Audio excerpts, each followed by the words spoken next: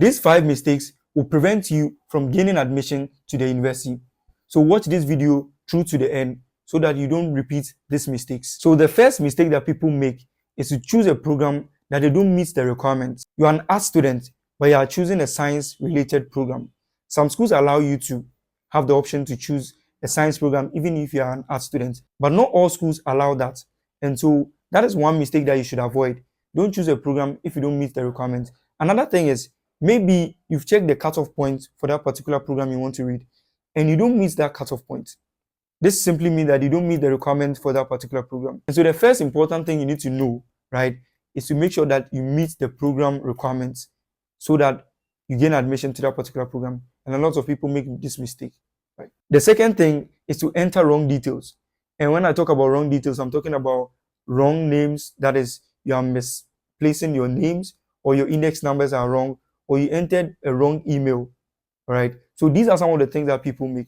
If you know you are not using an active email, make sure that you use an active email. Or if the email that you gave was wrong, or the number that you gave was wrong, this might affect you, because in case the school sends any information, you might not get that information. Okay, so this is a mistake that people also make. Right? So don't repeat that mistake. The third thing, which a lot of people do, is to wait for last minute to apply. Some people wait to the last minute. That is, if the deadline is 30th of August, they wait till the 30th of August before they apply. Okay, avoid this thing, because maybe the 30th of August, the school's website might jam, something might come up, and it might affect your application process. And so don't repeat this mistake, because it might affect you in your admission. The fourth one is uploading incorrect documents, or not uploading the documents at all.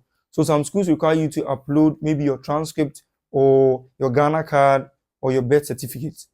If you don't upload these documents, it might affect you in the admission, because it's a requirement. And if you don't upload that document, which is a requirement, it might go against you.